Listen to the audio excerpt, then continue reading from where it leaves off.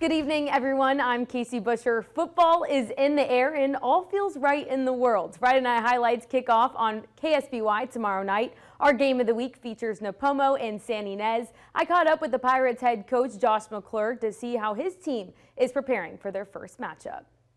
You know, we've historically had really competitive, tough games against Napomo, and we expect the exact same. They're a very well coached team. Tony does a good job with those guys. So it's always been a battle when we've been playing week 0 for the last, 7 or 8 years. So we look forward to a tough, hard-hitting game.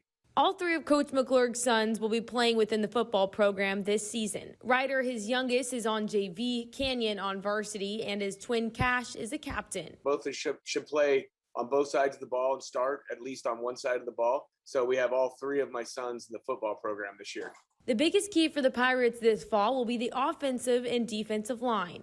Starts and ends with our line, our offensive line and our defensive line. We return all 3 starters on defensive line. And then same with the offensive line. Nick Crandall returns at right tackle, Aiden Citron at guard, Emilio Figueroa at center. So those guys right there are kind of the anchors of our team. The San Ynez community cannot wait to see the Pirates in action come Friday night. The parents, first off, are just super stoked. You know, everyone's talking about it. They've got the posters up in the businesses around town, and everyone's kind of can't wait. They're chomping at the bit to watch us play. So I think it's neat to finally have fall back.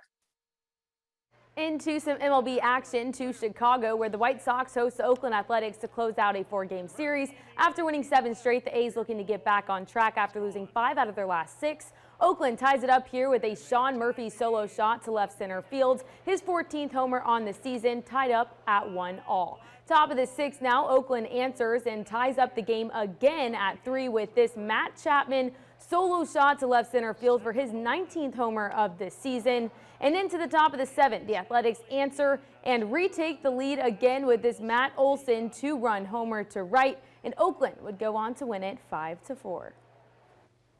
All right, thank you very much. We'll see you back here at 10 and 11. Still ahead on our next half hour, new milestone for the Dixie Fire overnight, the latest on containment for the largest active fire in the U.S. Plus, an hours-long standoff ends in Washington, D.C., the latest from officials on scene.